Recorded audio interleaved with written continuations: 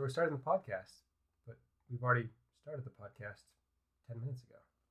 Or you did back in time, and I'm still forward facing. So something like that. That's what we're going with. Yep. Thank you for making this way more confusing than it already is. So yeah, guys, we're back with another. Can we call it a sci-fi movie? It's a sci-fi spy movie with time travel. Yeah. So as we all have learned by now, I'm not good at these movies, so this is going to be a Tyler heavy podcast. So yay for you guys.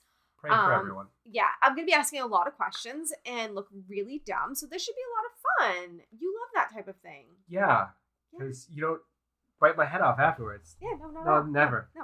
Okay, so this week's movie is Tenet. Yeah. So I'm Shay. I'm Tyler. It's cinematically correct, and it's actually your choice. Well, yes. So as I've said before, we have a Discord. It's an Among Us Discord, but there is a movie club, and they chose Tenet. So we decided to do it with the podcast to make sure that we actually watched it. Of course, we still missed the discussion because we're terrible people. But I don't know. Can you really call the 4 things that people said a discussion? Yeah, you're gonna make that a little bit better today. So if you guys do have thoughts about the movie, you want to talk about it, there are people in there that probably did get to see it and they just didn't discuss it yet. So go ahead and do that because that's still the movie that's on the docket. But this is a movie that I feel like we should warn you. We are not great at understanding this type of thing, and we only watched it once. So I'm sure there's things that we may have questions about that you guys actually know the answer to. And I'd be really interested to hear you guys' answers. Like, I would be interested to know your theories and the way you put it together. Yeah. So tweet that at us because we're not against hearing that. And we know that we probably got it all wrong. We probably messed it all up. Yeah. So, yes. So, Tenet. Do you want to give us... Oh, no. You want to do the beer first. Beer. Got it. Understood. So it's True Reality, which is a double dry hopped oat ale. It looks like, do you know that video game? What video Cubit? game? Yeah, there we Hubert? go. That's what it looks like. I was going to say MC Escher, the Never-Ending Staircase, but sure. Well, okay. We all have our thoughts. That's not bad. Not the best, but not the worst. It's not that bad. No, I'll give it a 3. Actually, it doesn't smell that bad. It has a little bit of a citrusy smell. Yeah. Okay. Well then. So, do you want to try a brief synopsis? Brief synopsis.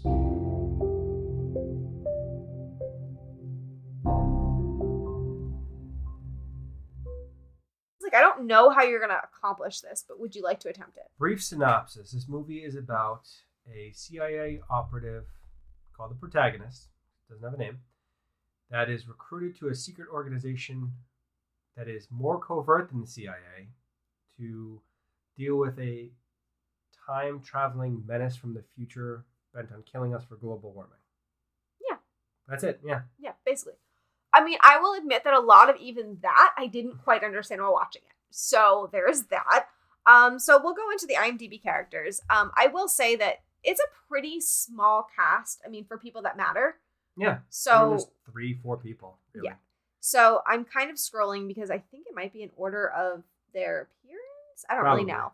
But the first one that pops up to me that is important is John David Washington, which we learned is Denzel Washington's son, which is so cool. I didn't know that at all. Like, it didn't even dawn on me. I actually didn't know Denzel Washington had a son. I'm a bad person, right? I didn't know, though. I also didn't know that he was nearly an NFL quality running back. Yeah, so talented all around. Yeah. I think this is the first movie I've seen from him. I don't want to I looked at his IMDb and there's not a whole lot on there, and it looks like most of it is a producer credit. Oh, yeah. Okay, so most of it is. I know that he was offered this role because of his role in Black KK Klansman. I have not seen that. I know it's relatively new, though. It's a fairly new movie. I'm actually interested in seeing it. It's where a black police officer tries to get into the KKK. I'm assuming it's comedy? I think it's a series. Oh, series okay. movie. All right. Never. Okay. I don't know anything about it. We're going to have to watch the trailer. I did see the photo from the trailer. And it looked funny. So, anyways, don't know him, but he was spectacular. He was a great actor. No, he killed it. And they said that they were trying to put a lesser known actor surrounded by stars, but I wouldn't say that. I'm not saying Robert Pattinson's not a star because he is, but I wouldn't consider him Brad Pitt level star, which is kind of what I was imagining when they said that. I mean, Michael Caine is Michael Caine. We're talking about Alfred? Yes. Okay. From Batman. Got it. Also Kenneth Branagh is, I mean, kind of. He's still not that level. He's not a main man, but he's a great co-leading man. Yeah. Like he was in Dunkirk. He was in. He's been in the Harry Potter franchise. Like he's in a lot of things. Well, we're going out of order, but since we're talking about him, we should talk about him. So he plays a Russian operative who is talking with the future and receiving materials from the future to help end the world now because of global warming. Yeah?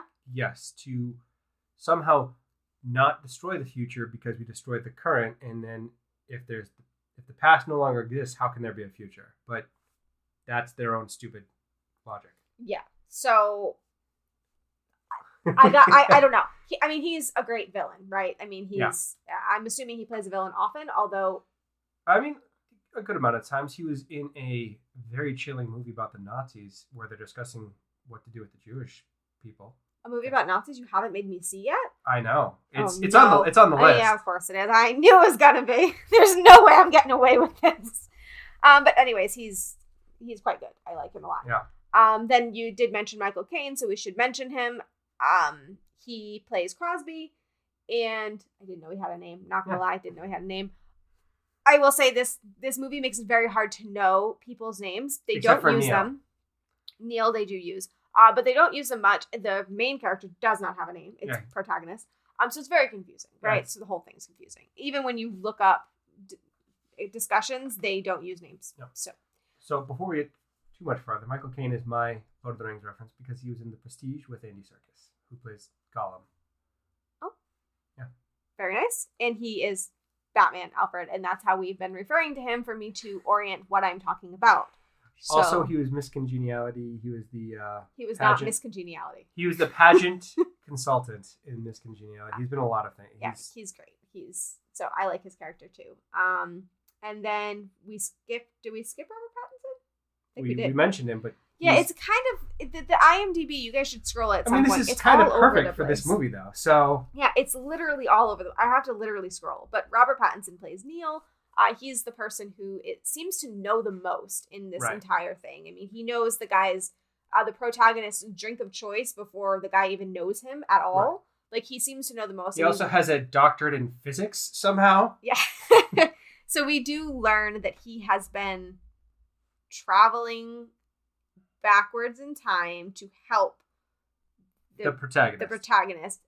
I have questions about how that works logistically. We'll get there.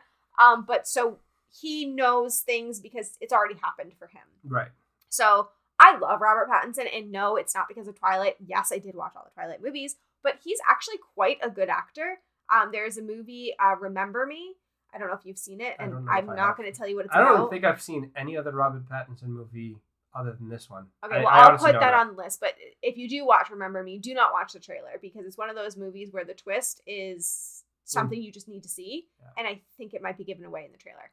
But anyway, when I first saw that movie with him, I was like, oh my God, he's actually like incredibly talented. And he is. Like, he's great. So I'm happy that he was in this, and he was very talented. And I thought it was really funny that the English accent he used in this was not his English accent. He said he will not use his own English accent because he feels like a fraud if he plays himself.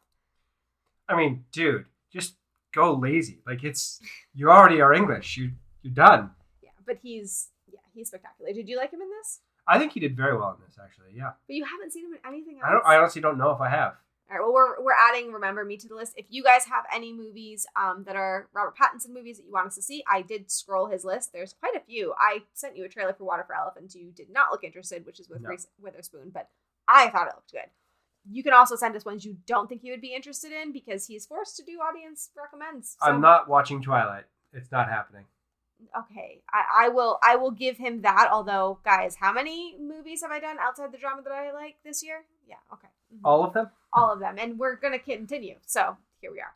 And then finally, I did want to mention Elizabeth Debicki, who plays Kat. I actually don't know her at all. I know she was cast because of her role in Widows, but I've not seen that either. So I don't know her at all. And she was outstandingly tall. 6'3". Yeah. And then in heels, she's 6'6". Yeah. Now, it does say on her IMDb that she was in Guardians of the Galaxy. So we have seen a movie with her. I have seen that. Yeah. She's in Peter Rabbit. She was in the Cloverfield Paradox. I know I've seen Cloverfield. I don't know if I've seen Paradox. I think that's the remake or the sequel. Oh, so probably not. But yeah, so nothing looks, the Night Manager, Everest, nothing looks familiar to me. So this may be the first that I recognize her from. Probably. But I didn't have any issues with her. I thought she was a really good actress. So she plays the woman who is the wife of Kenneth Branagh's character. Yeah, she's the wife to the Russian oligarch that has billions of dollars because he's plundered his country for natural resources. Yeah, and basically the whole movie centers around the abuse that he puts on her, and because of that abuse, she is trying to get away from him, but she can't because her son, he's like trapping her son or something. Right.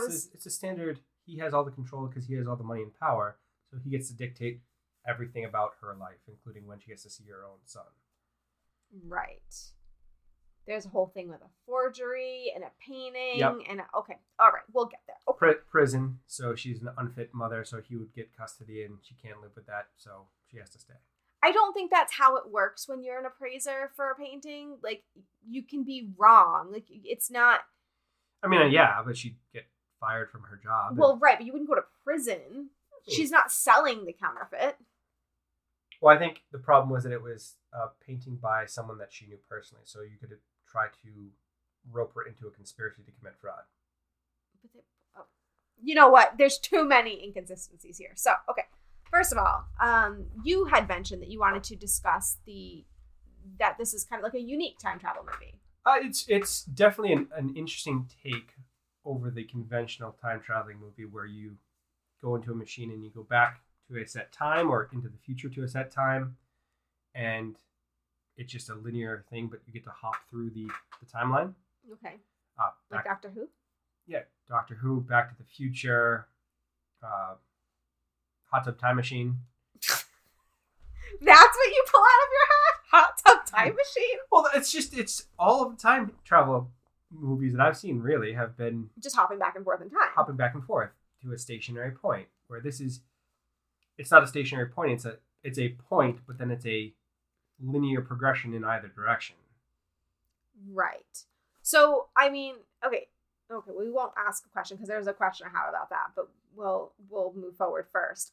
So yeah, it is really unique. From what I read on IMDb, it is not the first time that this has been done. A movie called Primer came out in 2004 that also did inverted time. I have not seen it, don't know anything about it, but apparently I'm adding it to the list because that sounds like a cool concept. After this, you want to do this to us again? I do, yeah. Oh, okay, I'll do it. Great. All right, so he likes pain. So I mean, I do like the concept of time travel, but I think the thing I struggle with is I do find that there is some realism in time travel because I do believe that there are probably multiple dimensions and multiple realities, and I think that is a logical thing. Well, this type of time travel does not feel logical. Well, so I would argue that it does because it goes straight to the multi-universe theory where there's infinite realities. Yes. Because anytime you go back in time, you're changing, instead of just continuing on, you're creating a separate reality because you're going back in time at that specific moment where the alternate reality is you continue on. Well, right, but regular time travel, you age as a normal person because you're still a human and your body is still existing as it would no matter which way you go in time. Where in this situation, I'm confused as to how, because like reverse healing seemed to be a thing. Right.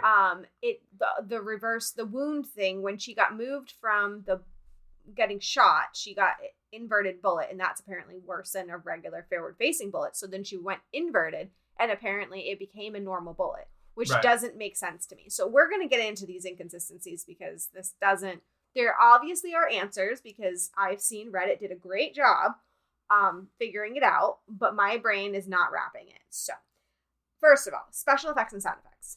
Yes, I think they did a very good job on the special effects. You were commenting on that throughout the movie. I was. So a lot of the shots where there is no CGI, but they're just showing everything in reverse. It's just showing the movie in reverse, essentially. Mm-hmm. And it's almost like rewinding in the middle of a movie. It's such a practical effect and a practical solution to a very complicated thing, rather than having some guy on a computer digitally rendering everything, and they it just looking did it and hit rewind, and then exactly. there we go. Which got our effect. I gotta respect that. I wish more movies would do that, where they actually crash the plane. They had people actually driving backwards. Where we've kind of gotten away from that, where a lot of movies these days rely too much on the CGI. And I wish they would go back to some of the more practical effects, because honestly, it looks better in the end. I agree. I think it looks more realistic. Yeah. Which is something I struggle with. The minute it hits unrealistic, forget it. You've lost me. I'm done. I'm out.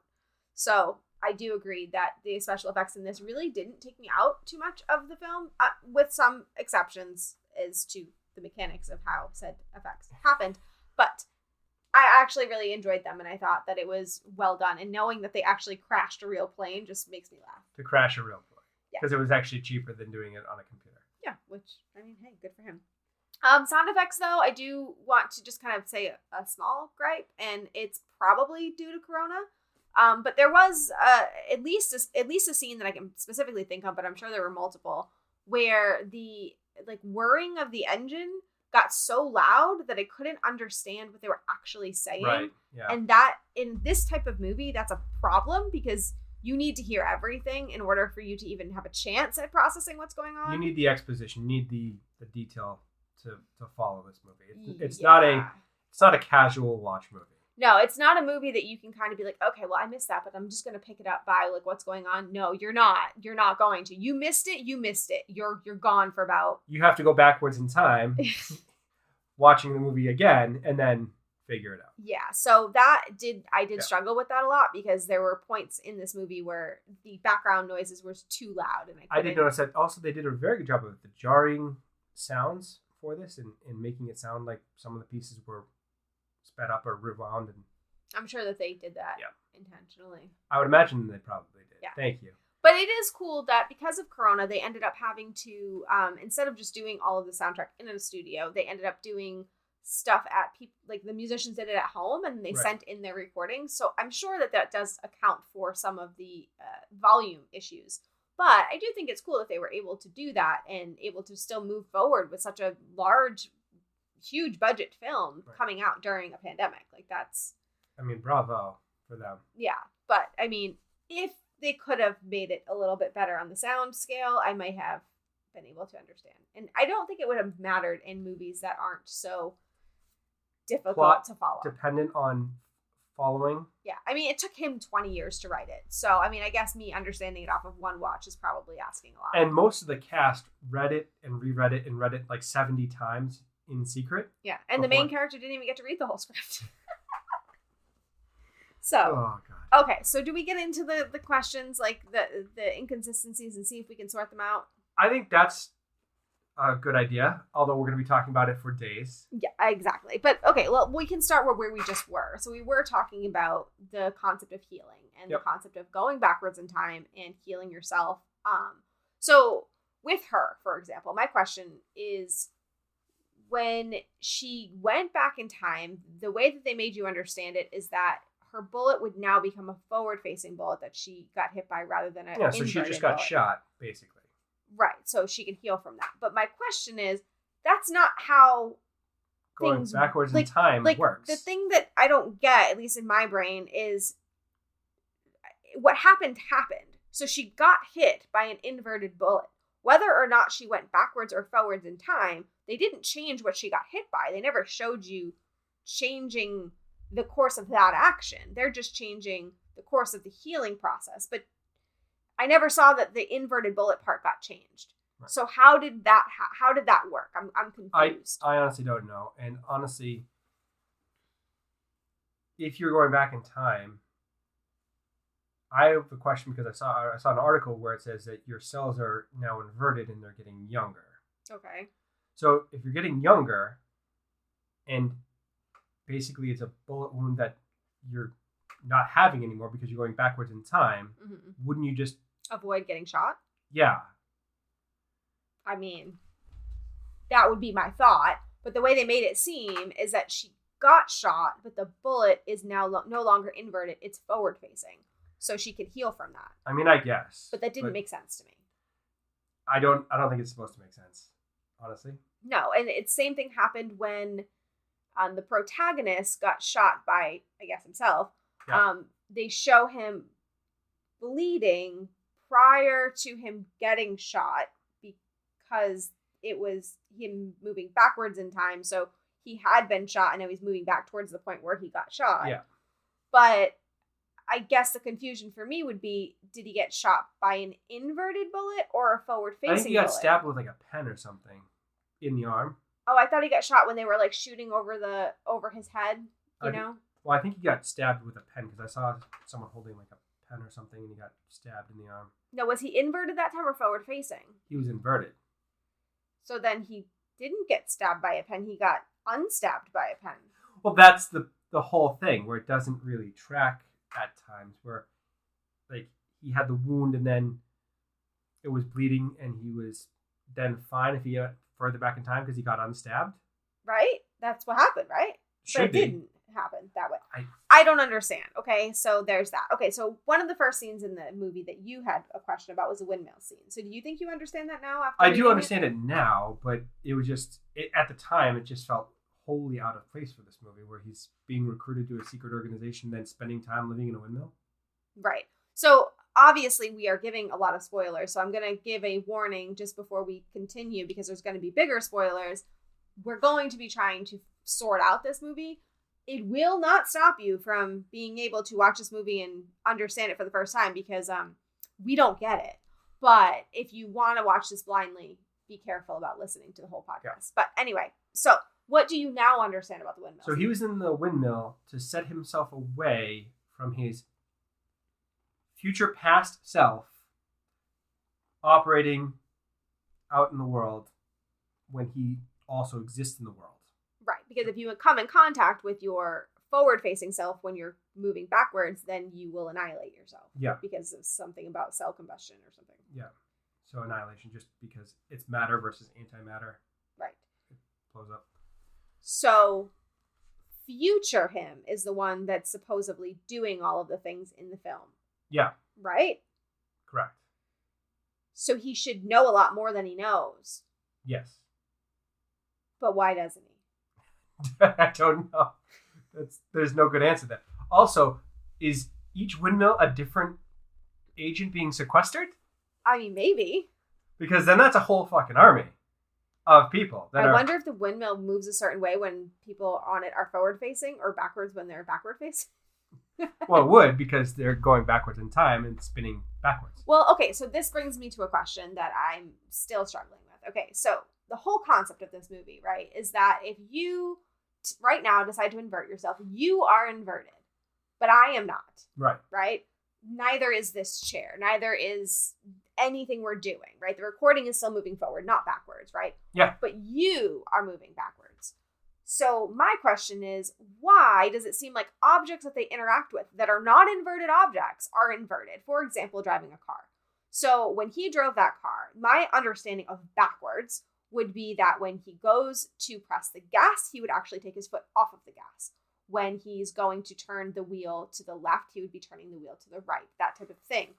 But instead, the car works backwards. And that doesn't make sense because the car itself is not inverted. He is. So I think they tried to do an explanation for that where he was getting in the car and he was trying to figure out how to start it. Mm-hmm. He had to put his foot on or take off the emergency brake because he set it, and he had to work backwards. So he's essentially having to drive backwards where he's putting his foot off the gas, which puts it on the gas because it was on the, and it's a whole. It doesn't. But a lot of different things that they interact with seem to be either backwards or forward, depending on the point in the movie, and it almost seems like it's arbitrary. I was gonna say arbitrary, but not arbitrary. It makes sense to the point of that of that plot point, but it doesn't make sense in the overall if you're thinking about it. It's and like also like the guns and stuff that they have, whether they're inverted or forward facing, seems confusing to me because seem inverted if an inverted person is using it, or forward facing if a forward facing person is using it, but that's not how that works, right? It's supposed to be the object itself is inverted, not who's using it. Well, I think the problem is if you're using an inverted gun while you're inverted, it looks like a regular gun, but if you go back to the normal time, it's an inverted gun and it goes backwards. Wait, so if you're using an inverted gun when you're inverted, then when you shoot, it would shoot. Right. Because you're inverted. Correct. So it looks normal to you because you're both going the same direction. Right, but if you are an inverted person using a normal gun, then when you go to shoot the gun, you're going to receive the bullet, not send it out. Correct. But we never got clarification when they had those two groups of people, and one is inverted and one is forward facing, that they received separate weapons. We never got that clarification. They had to have. They just went in their full military kit and got inverted. That's what you would think, right? But then that insinuates that they are also in contact with the future people to be sending inverted weapons along with Brana. Well, they're just using the machine to send the person back with all of their gear. But they must have inverted gear. Well, yeah, if they're wearing it and they're getting inverted, all of the gear that they're wearing is inverted. Right. Okay, so they have to travel with it. They're bringing everything with them as they're getting changed back. Yes. And so when they move forward again, then it becomes forward again if they take Correct. it with them. But if they leave it behind, then it's still inverted. Correct. This whole thing. Okay. Yeah. I do not understand. So your question was about returning to the present. Well, I would argue that there is no returning to the present because with this mode of time travel, with linear progression forward and then backwards, if you go backwards at all, you can never return to the present. Because there is no present, because time is fluid. Well, if you go backwards, your reality is still going forwards because it's leaving you behind. So if you go backwards 10 years, your reality has been going forward 10 years from that moment. And you're just not part of its consciousness? And you're not going with it. Right. So if you start going back forward again, you're actually 20 years behind, even though it only feels like 10 to you because you went backwards 10 years. Time has been going forward 10 years. So you're 20 years behind now. No, but I think my other question with that is, so you had said before that the aging situation, right? That you would de-age or re-age or whatever, right? But there's multiple versions of you? There would have to be, because if you're going back 10 years, you still existed 10 years ago. You're just 10 years younger. And then you're inverting yourself 10 years ago. Then there's two of you in that reality working simultaneously. And there's no you in the future or the present. Now, is there only multiple versions of you if you do this? Or are there always multiple versions of you because there's always a future? I honestly don't know. That's the question of the multiple universes. I would argue that anytime you make a choice, it creates a separate reality where you choose the other choice. So there's infinite realities. Where so now we're doing the community whole situation Yeah. where you flip a coin and then there's... Well, exactly. It's that whole thing where each choice is a different reality. So each time you go back in time, there's a different reality. Okay, so then this brings you to the question of free will versus fate, because this movie seems to kind of juggle both. I mean, yeah. So in this movie, there's not a whole lot of choosing your own path because it's already preordained and it's already happened. So what has happened has happened. What happens has happened. Yeah, there you go. That's Neil's line that he says about 80 times. Yeah. So it means something, guys. Repetition means something. So in this movie, we would say that there is no free will, right? Because it's already been preordained because the people that are going back in time are making sure that it happens the way that it happened. So do future them, though, have free will? Because they chose to go back. That I don't know, because this movie doesn't tell us. No, it doesn't. And so I struggle with the idea that you are going back in time to change an event. To how it is supposed to have happened in your reality. Right. But if every character had free will, then each time that you went back in time to change something, presumably, things could go different because every character has free will. But if they don't have free will and it's all fated, then none of this matters and you're not actually accomplishing anything. Well, it's the whole, you're just doing that because it had to be done, because that's how it happened the first time. You just weren't aware of it happening that way when you were experiencing it the first time. So you're not aware of yourself doing those small behind the scene things, which is illustrated when he's fighting the reverse himself that runs away from Robert Pattinson. And Robert Pattinson realizes, oh, we are doing this because we were doing it. Right. And so he lets him go. Right. Understood. So Robert Pattinson realizes that they are going back in time and changing things, but he can't say anything because that would alter the course of what happens. Exactly. And what's happened has happened. So exactly. You can't change that because it's fate. Right. It's already happened a certain way, so the people going back from the future are making it happen that way. So then this whole time, Robert Pattinson knew that the world was not going to end because there's a future him.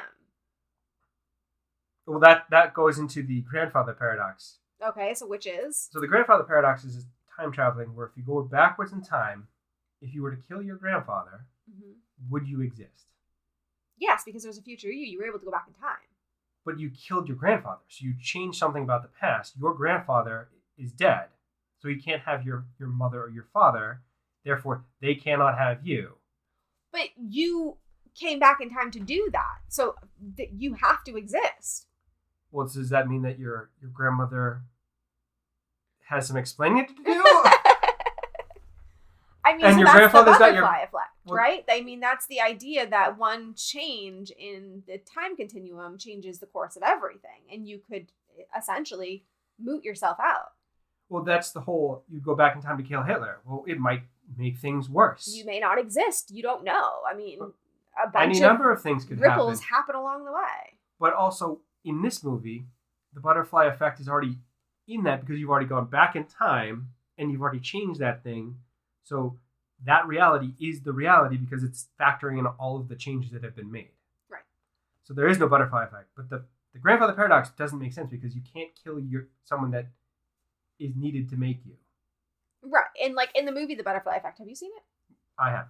Well, in the movie The Butterfly Effect, if you are trying to do something that causes a big change in time, like you not existing, the movie fought you. Like it right. tried to stop you from doing that. Where in this movie, everything just happens. Like it right. just is. So I don't know. So anyways, I did actually look up trying to understand what this whole situation is. Is it free will? Is it determinism? Is it whatever it is? And what came up is compatibilism. I think that's how you say it. Compatibilism. Yeah. So basically, it's the belief that free will and determinism are mutually compatible and it is possible to believe in both without being logically inconsistent. Compatible. So compatibilists believe freedom can be present or absent in situations for reasons that have nothing to do with metaphysics. They say casual determinism does not exclude the truth of possible future outcomes. So it's combining the two of them and yes. saying we have both at the same time simultaneously. Right. So there's two types, it seems. So it says alternatives as imaginary. So some compatibilists will hold both casual determinism, all effects have causes, and logical determinism. The future is already determined to be true. Thus, statements about the future, it will rain tomorrow, are either true or false when spoken today.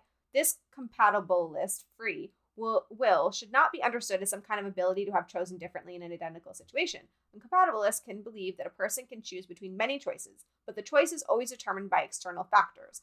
The compatibilist says, I may visit tomorrow or I may not. He is saying that he does not know what he will choose if he will choose to follow the subconscious urge to go or not. Okay. So you have the ability to make a choice, but then also things are predetermined. Right. So it almost seems like fate can influence you to do certain things, but you could also ignore your fate. Right. Was what it seems. Now, the other version of it is non-naturalism, which says strictly naturalist physics, such as mind-body dualism, positing a mind or soul existing apart from one's body while perceiving, thinking, choosing freely, and as a result, acting independently of their body, include both traditional religious metaphysics and less common, newer compatibilist concepts. They allow for free personal agency based on practical reasons within the law of physics. Okay. So, yeah. So it's very confusing, but I mean, it does seem like they're saying that you can have fate, but also free will at the same time. Have your cake and eat it too. Right, which in this movie does not seem necessarily that you can have both, but you can because the future you does. So I don't know. So past you doesn't realize that future you is acting with free will to change the reality so that your future is preordained. Basically, in a nutshell. Yes. Yeah.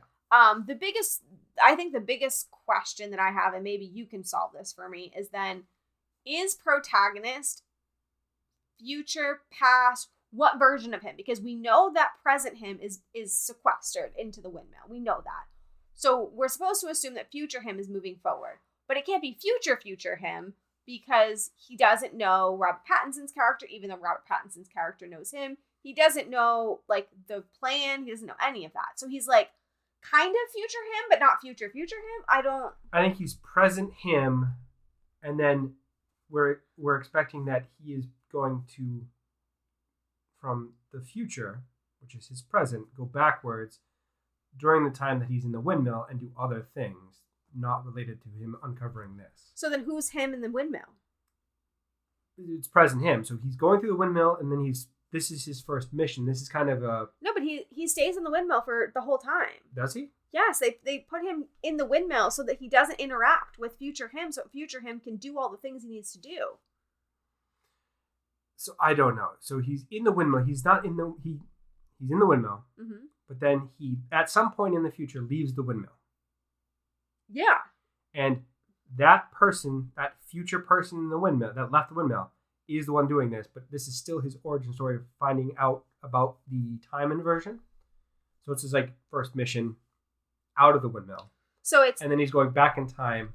So it's like... From there. Mid-future him. So it's like him that got off the windmill, but not him that knows the end of the story. That, right. Like Neil does. Exactly. Neil is future Neil. Right. And this is like mid-future protagonist because present protagonist is on a windmill. Right. So how many versions of these people are there? Infinite. And if you keep going back in time, do you just keep making more versions of yourself? Yes. So there could be like 5 of you walking around if you just keep doing this. There could be as many like as you Neil want. Must have like 1 million. And so must Kenneth Branagh, right? Like there just must be like... Yeah. They think... Okay. All right. That's what I got for you. That's my answer. Okay. And the other part of the movie that we didn't really talk about was the whole painting forgery situation. Right. So the relationship between Kenneth Branagh and his wife were to understand that she was a painting appraiser person. She works for an auction house. But she didn't have a lot of money. And she married him because he had money. Yeah. Was my understanding. And that she appraised a painting and it was a forgery, a good forgery. And she thought it was real. He spent a crap ton of money on it and then he kind of used it as blackmail against her. She said she thought it was real. We actually don't know if she was lying. Because she had a relationship with the painter. But she also appraised the other one that the guy brought her and she said she thought it was real. Until he said the name and she's like, oh, damn. Right. Because she had already known that it was fake at that point. Now, my question, well, I have 2 questions, I suppose, in that situation. First of all, Kenneth Branagh's character is moving in the past. So he already knew when he spent the money on it that it was fake. Did he not? So he did that? Yeah, it was entrapment. He did it as an entrapment to keep his wife under his thumb. Okay. And then I guess my other question to that is, was it a necessary plot point? Like, couldn't he have just talked to her? Like, did he have to? I don't think it was necessarily a plot point, but for a different reason. He's already a billionaire. He already has all of the cards stacked in his favor to get whatever he wants anyway. Well, right. Like, he can go out of his way to ruin his wife's life if she tries to leave without the forgery. Well, right. But I more meant for the protagonist. Like, did he have to bring that painting to her and try to, like, con her into this and using that as blackmail? I think it was a way to... They never actually recovered the painting. No, I think it was a way to facilitate him meeting the wife. To make him meet cute? Right. Even though they could have literally just... He's a spy. He should have just walked up to her and been like, hey, spy. Your husband is in shady business. I'm sure you know, and I'm trying to stop him from shady business. Yeah. I mean, I feel like she would have understood that. Or like go to a social engagement and start a conversation with her and be like, hey, we need your help. Right. Oh, and then the last thing that I did actually sort out that made me happy was when she said in that part of the movie, she said that a woman dove off the boat and it must have been his mistress, and she was so happy that she had found freedom, or jealous that she found freedom, or something like that. The mistress was her. Yes, and she had finally found freedom for herself and her son in the twist of irony where you're seeing yourself without seeing yourself. Right. But future her knew that she was seeing herself, but past her didn't know. Right. Thought it was a mistress, which made no sense to me because he's on a yacht. How do you think that he got a mistress to the yacht in the middle of the water after you... Helicopter. It has a helipad. You think he helicoptered in a mistress? That is devotion for sex right there. I mean, come on. I mean, he's a billionaire. What else is he going to do? I mean, I guess. But he did not Money doesn't matter. He's a crappy person, but he didn't cheat on his wife. No, he just tried to kill everyone in the world because he was dying. Right. Like a spiteful, petty bitch. Yeah. So, before we move into Audience Ask, one of the questions we had gotten last week was talking about suspending disbelief. And it was saying, the question that they had asked then was, has there been any movies that you were able to suspend your disbelief and then something ruined it? And I think this movie actually would be a good example of that question, because while no, I could not suspend my disbelief the entire time. I'm like, no, that doesn't work. Like, that doesn't make sense. And there's a lot of things in this that doesn't make sense. But I think this movie is a very good example of that, because there are parts of the movie where you're like, okay, like I can see, like, okay, you're moving backwards in time or whatever, but then the healing thing happens. And I don't think anybody can get past that, because you're just like, but no, because the weapon doesn't change because it happened already. What's happened has happened. You told me that 10 times, so it's happened. So it doesn't work that way. But so that kind of stuff definitely stops me. Does that affect the movie viewing for you? I mean, I would disagree with you on that. I don't think this movie is I can't suspend disbelief.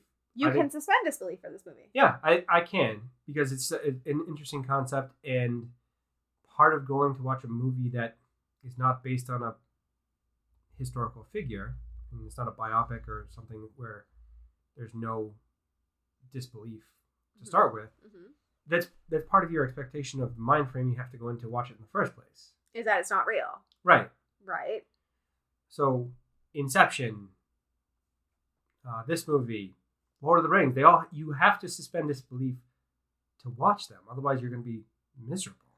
But the inconsistencies don't affect you in your viewing? So, the inconsistencies the first time around were more minor than I had thought, or more major than I thought the first time watching it. I didn't really have that big of an issue with any of the inconsistencies until we sat down and researched the movie. See, I think for me, what happens is I'll go along, and then something will happen that I can't move past, and then the rest of the movie I'm spending on that, and I'm trying to make it work. Yes, you do have a tendency to focus on something and pick.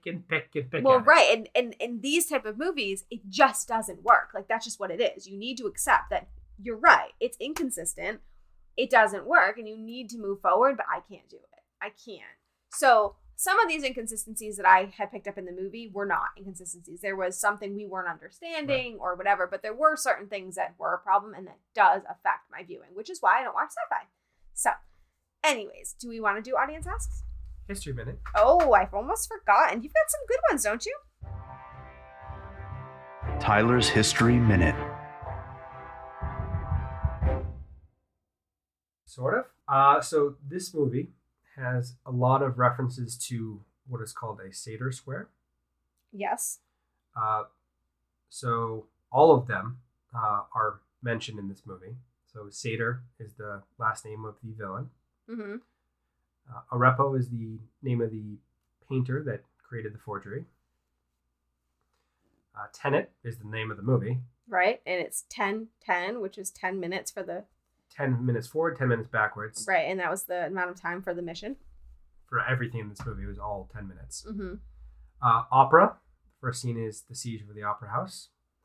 And then Rotas, which is the name of the security company.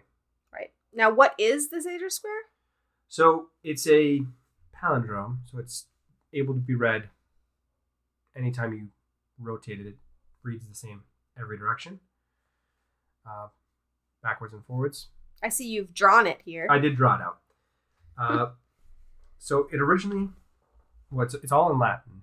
So Okay. it comes from, they theorize, a time right around when Christianity was being founded, and it was still illegal, and it can be used to identify other Christians in secret because it's tied to that.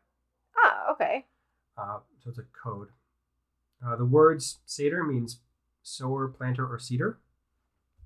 Arepo, they don't have an answer. It's likely a proper name or a noun for somebody. So some guy named Arepo or something named Arepo. Tenet, holds, keeps, possesses. Opera is not singing. Oh, damn. It's work, care, or aid. Okay. And then rotas is turn or rotate. That one I could have ascertained, but... So yeah, that's what I got for that.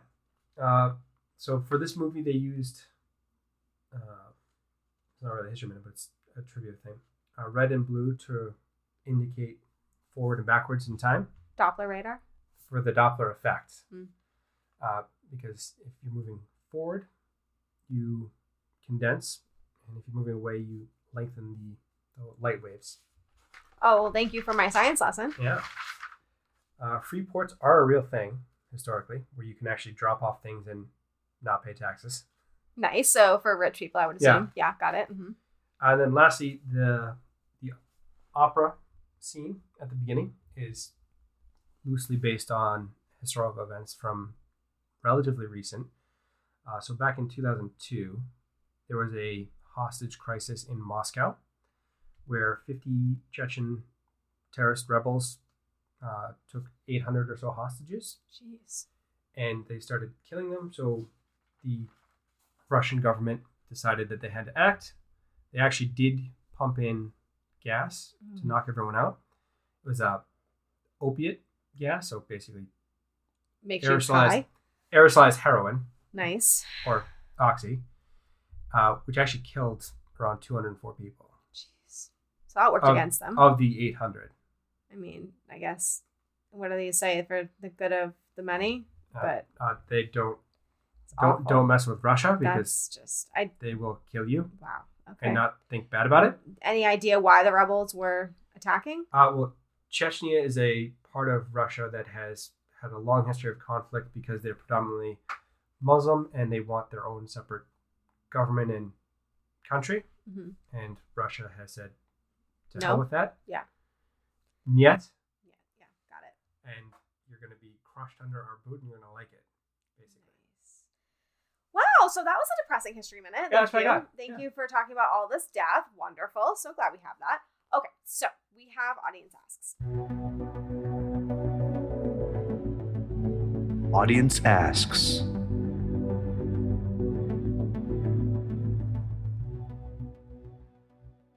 And the first one, the person was very clever and wrote it backwards. And it took me about 20 minutes to read it. So that's fun. That was from the Movie Journey podcast. And they said, could you podcast with one forwards host and one backwards host? And they wrote it backwards. No. Next question. Like that.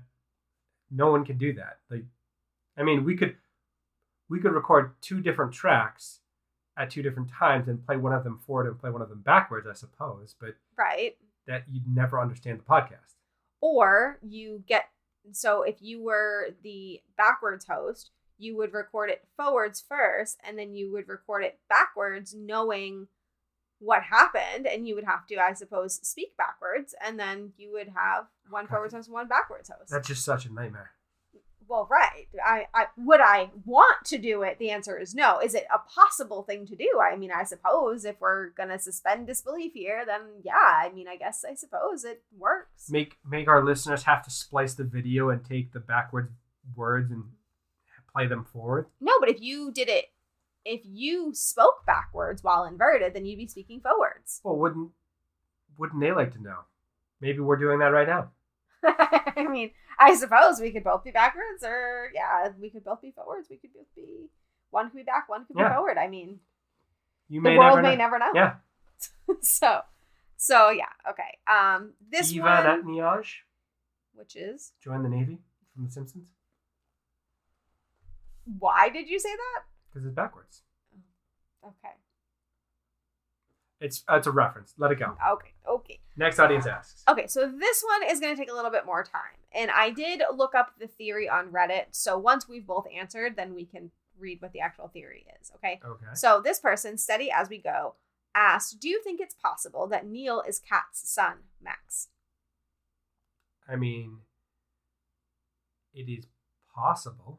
Is it possible? I guess is the question. Like, I mean, I can't argue that it's not possible. He spent a lot of time going backwards then. Because he's a young child. He did. And he's an adult man in this movie. Right. So, I mean, I guess to be able to figure that out, we would first need to know how far in the future is Neil from. Right. But I think the other thing that it becomes a question to me is when we see her in the future, she still has him as a young kid. But we don't know when in the future that is. That's the present. He's a young child. But it's the end of the movie when it's right after this basically wraps up. Right. I mean, we do never see them in the scenes together. True. So, depending on how far future he is, I suppose it's possible. They do have different names. Yeah. So, I mean, did he just give himself a different name to be weird? Or, I mean, and we also... To protect his identity, really, so that you don't screw with the timeline. And he has to meet him when he meets him, not knowing that he has to meet him like the Terminator, where he has to go back and save Sarah Connor. And she was British? Because he's British, clearly. Yes. She was British? The actress is Australian, that's why I'm asking. She's supposedly an English person in this movie, I believe. Because she doesn't have an English accent. She does, kind of. I mean, okay, so it's possible? It's possible. Okay. Do I think it's likely? Not especially. No. So I will give you what Reddit says, so we can. This is long, so be prepared. Okay. So, will Kat's son Max eventually become Neil in the future? The popular theory. The answer is no. Number 1, Max is too young at the end of the movie to become Neil. He would need to grow up for about 10 years. Then he would need to spend over 10 years inverted to travel back to the events of the movie and be the right age to be Neil. This is not impossible, but highly implausible. Neil doesn't seem like the kind of person who would be spending a third of his life in a shipping container. Number 2, the protagonist's mission and the whole point of the operation is to give Kat and Max a clean getaway, and they were promised. This breaks a core tenet of the operation. Everybody in the know must be killed at the end. No loose ends. But unknown to everybody but the protagonist, Kat and Max get a clean getaway, and this is an even higher priority. This is what becomes clear in the final scene where he kills Priya to cover for Kat. This ultimately sets the protagonist apart from Sator, who would keep them both captive. If the protagonist ended up recruiting Max later after all, it would undermine all of his efforts. Yeah, I mean, I think that's fair. There's more. 3, the protagonist recruited Neil in the past. In the goodbye scene, Neil says, "You have a future in the past," implying that they have met in the past, before the Opera House incident. If Neil was Max, they would have met in the future. And then finally, number 4, Elizabeth Debicki shot down this entire theory in a recent interview, saying, "My son was only my son." I think that's a good answer. Yeah, so... I'm going to steal that one. Yeah, all of those reasons. Yeah, so, I mean, we thought of all that on our own, and we knew all that, and so, like, we're super smart. We got this movie. Yeah. But no, I mean, in my mind, yeah, it does seem plausible, but the Reddit theory does also kind of hold water. Well, because she called him by a different name, I find it unlikely, and I think that theory is coming from people wanting a cool extra twist to a movie that has enough of them, so let it go. Right. Like, how about we can just live with the twist we have? Like, right. Let's exactly. do that. Like, yeah. So live with the movie you were given. Bruce Willis was dead the whole time. Like, just accept it. He's not secretly alive, but then dead and then alive again. Right. So not impossible, but implausible. Right. Yeah. Okay. So anyways, that's what we have for Audience Ask. So do you have reviews? I do. I think you're going to be surprised. Am I? So Rotten Tomatoes, the critic score is a 70. Really? Yeah. Did you look and see what the critics said? Like what the reasoning was? Some of them, yeah. Most of them were trying to be pretentious. Yeah, well, as our critics. The audience score is 76. So not much better. Not much better. I think the film struggles a little bit with the being able to follow along. They might have been able to get a little bit more exposition in places to make it more consistent on the timeline. Yeah. I agree with that. There were a lot of scenes where there was actually no dialogue and you were just following, and it was. I mean, this movie definitely doesn't hold your hand to explain it. No. So I know that's a criticism of a lot of movies where you just we get it already, move on. This movie does not have that. So if you're worried about that, this is your movie. Yeah, and if you are somebody who enjoys a little bit of extra hand holding, this is not your movie. This is not your movie. No. And this is a movie for someone who really wants to sit down and watch it multiple times and really. It's a cerebral movie. You're going to have to be paying attention. You can't be sleepy. You can't be on your phone. You can't be doing other things. You can't be distracted. Like you're in this movie and you're in it, or you're not getting it. So yeah. Okay, so what is your review? I'm going to give it a 7.5. Okay. So it does struggle a little bit for the consistency and just the pace of the movie in terms of being coherent. But I got to give it some serious points for the practical effects. The soundtrack was definitely jarring. And it's just a great concept. It's just an interesting turn on the time travel concept. Yeah. I was actually expecting you to give a higher score because you liked this movie. I was going between a 6.5 to a 7, somewhere around there. Okay. So I enjoyed the special effects. I enjoyed the acting. The acting was actually spectacular. I was really surprised by that. But I struggled a lot with the dialogue. I couldn't hear it half the time. And then when I could hear it, I felt like they weren't giving me enough information to actually understand what was going on. I have a hard time following movies that don't talk to me. So there was that. And also there's too many inconsistencies that while they may be explainable if you watch it 18 times, I do not rewatch movies very often. No. So that's a struggle for me. I want to kind of get it. I like getting things quickly. So yeah. So, I mean, but I don't like sci-fi. So I'm not a good judge of that. So if you are a sci-fi person, don't take my review to heart because I just don't enjoy it. I don't enjoy things that are not based in reality. I think it was a nice visual movie, but I think it needed a little bit more of getting from point A to point B. It needed a little bit more of a story. Or getting from point B to point A, depending. Yeah, depending on which way you're going. But it needed a little bit more of a cohesive story that told a tale rather than kind of giving you bits and pieces. Also, the fact that the future is pissed at us over global warming seems so weak. Like, okay, I get it. It's an understandable thing to be pissed about, but don't try to end the entire world. Try to send things back to fix it. Right. And we should mention before we don't, Harry Potter fans were very mad. And I'm sure you can understand why. I mean, are we talking about the time turner where they go backwards in time and fix all of the problems in book 3? So no, but probably also, I just didn't find those Harry Potter fans. Thank you for adding to it. No, the Horcrux. Okay. So I'm not sure I quite follow that, but go ahead. So the woman, do we have the scientist's name? No, I don't think so. Okay, so future scientist lady who made the algorithm, took pieces of the algorithm and hid them. I don't remember how many there were. There were 5? 9. 9? Okay. And hid them in the past so that they could not be put together to destroy all of humanity. Yeah. So Horcrux, I Googled the word just to make sure that I wasn't making any mistakes. A Horcrux was an object in which a dark wizard or witch has hidden a fragment of his or her soul in order to become immortal. Horcruxes could only be created after committing murder, the supreme act of evil. Right. So it follows that this item put together when he kills himself will then commit murder, the ultimate act of evil. Okay, I guess. But for in the 3rd book, they time travel to fix the injustice of the hippogriff getting murdered, Buckbeak. Yeah.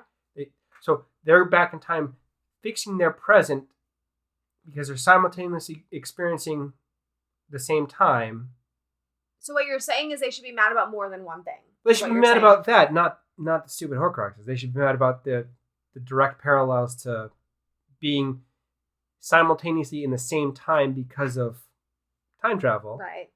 And altering your present reality from your future self. Yeah, I think you've just given them more ammo to be mad that stuff was stolen from Harry Potter rather than convincing them they shouldn't be mad at all. So good job. I mean, we should really, really rile up the Harry Potter fans. Great job. Anyways, so yeah, that's all there was there. Do we have another movie that we're doing? Yes, we are doing The Marksman with Liam Neeson. It's a current movie. I think it's on Netflix, if I'm not mistaken. And it's, from what I can see, basically mixed with drug cartels. Yeah, I mean, I haven't watched Kind the of. trailer yet. Again, we're still in a pandemic, so there isn't a lot of current movies to choose from. But it doesn't look bad, and I'm interested to see. This was your choice, right? It was my choice, yes. Yeah, so yeah, we're still in Tyler world movies, but we will be back into my movies eventually. Your next choice is going to be your free choice. Yeah, I'm so excited. Do I have free will, or is it already determined? Has it already happened? A future you is going to tell you what it is shortly. That's terrifying. Anyways, okay, so that's it. So if you guys want to reach out to us outside the podcast, I am on Twitter at cinematicallyc, and Tyler's on Twitter. Blame Tyler CC. Talk to her, please. We have the audience asks out already for The Marksman. So if you want to tweet at us, go ahead and find that. It is my pinned tweet. If you don't see it for whatever reason, just tweet it at me or DM me or email us at cinematicallycorrect@gmail.com. We love getting your questions. Like, that's my favorite part of this whole thing. So it really is. Yeah. So please do that. Please, for the love of God, do that. And they don't have to even make that much sense. Sometimes it's funny to not make sense. They can also be written backwards, apparently. Apparently we'll take anything. So just do it. Yeah. And what else was I gonna say? We also have the Discord for this movie, the Tenet. That was there. So it's Among Us Discord. You can ask me for a link. I will give it to you. And there was a discussion, kind of, sort of. There was like 4 people talking about the movie because we kind of dropped the ball on it. Yeah, so hopefully we can reinvigorate that. So if you want to be part of that, let me know. I can send you a link. We can reinvigorate that discussion, and hopefully you can be part of any future movies that the group decides. So just wanted to throw that out there. But that is all I have. So thank you to Jake at Atlas Music for our intro and outro music, and we will be back next week with The Marksman. Thank you all for listening.